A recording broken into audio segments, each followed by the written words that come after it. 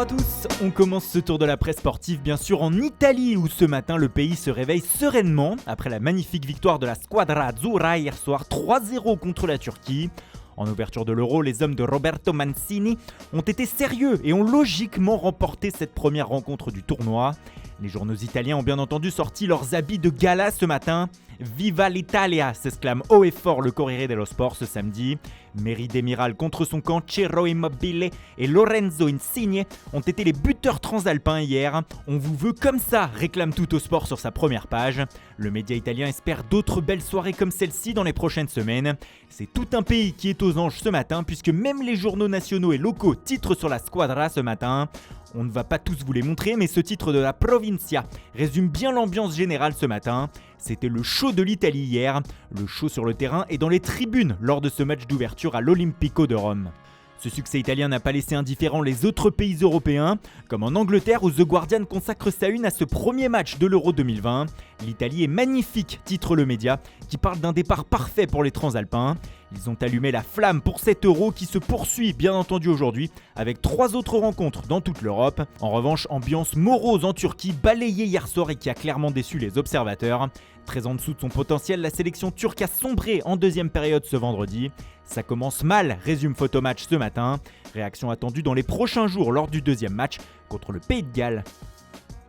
L'actualité de l'Euro ce matin, c'est aussi cette une du Sun. Alors que plusieurs sélectionneurs se retrouvent sous pression à l'aube de la compétition, ce ne serait absolument pas le cas du coach de l'Angleterre, Gareth Southgate. À en croire le tabloïd le plus lu du pays, l'ancien défenseur ne serait absolument pas en danger à son poste, quel que soit le résultat des Three Lions ce mois-ci. La fédération souhaiterait que Southgate dirige l'équipe au moins jusqu'au Mondial 2022 au Qatar. On en reparlera si l'Angleterre se fait sortir au premier tour. Pour l'Espagne en revanche, le problème n'est pas le sélectionneur, pas comme à la Coupe du Monde 2018. Le problème c'est la Covid-19 et hier les joueurs de la Roja ont été vaccinés tous sans exception et de manière express.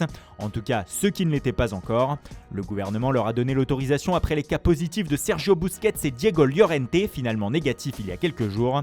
Maintenant place au terrain et l'Espagne a rendez-vous lundi soir avec la Suède. On ferme la page Euro et on passe à l'autre actualité bouillante de la journée de vendredi. Non, pas Roland-Garros, rassurez-vous, les droits de la Ligue 1 qui ont été attribués hier. Et grosse surprise, puisque comme le relaie le journal L'Équipe ce matin, c'est le géant du commerce en ligne Amazon qui a raflé la majorité des droits de la Ligue 1 et de la Ligue 2. Le roi du e-commerce retransmettra 16 matchs des 2 premières divisions par week-end à partir de la saison prochaine, et cela pour 3 ans. Canal+ obtenant les 2 dernières affiches de Ligue 1, mais, parce qu'il y a un énorme mais, hier soir furieux qu'un nouvel acteur entre dans la danse des droits TV après le fiasco Mediapro, Canal a indiqué dans un communiqué qu'il ne diffuserait pas les 2 matchs de Ligue 1 par week-end dont il dispose. Un boycott qui fait beaucoup de bruit et qui promet de nouveaux rebondissements dans les jours à venir. En tout cas, il y a un joueur qui n'est pas sûr de passer sur Amazon la saison prochaine, c'est Kylian Mbappé.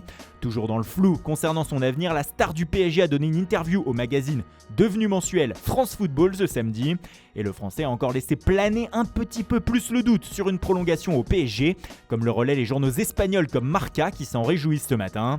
Je dois prendre la bonne décision qui est difficile et me donner toutes les chances de bien décider.